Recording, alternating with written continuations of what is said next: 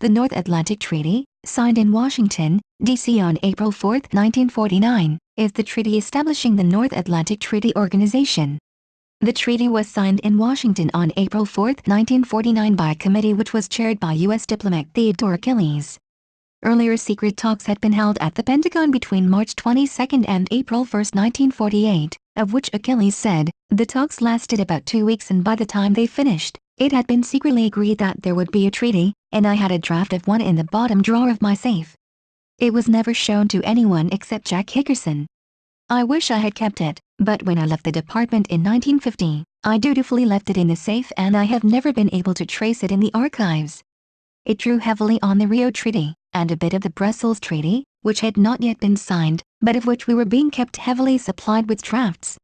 The eventual North Atlantic Treaty had the general form, and a good bit of the language of my first draft, but with a number of important differences. According to Achilles, another important author of the treaty was John D. Hickerson. More than any human being, Jack was responsible for the nature, content, and form of the treaty. It was a one-man Hickerson treaty.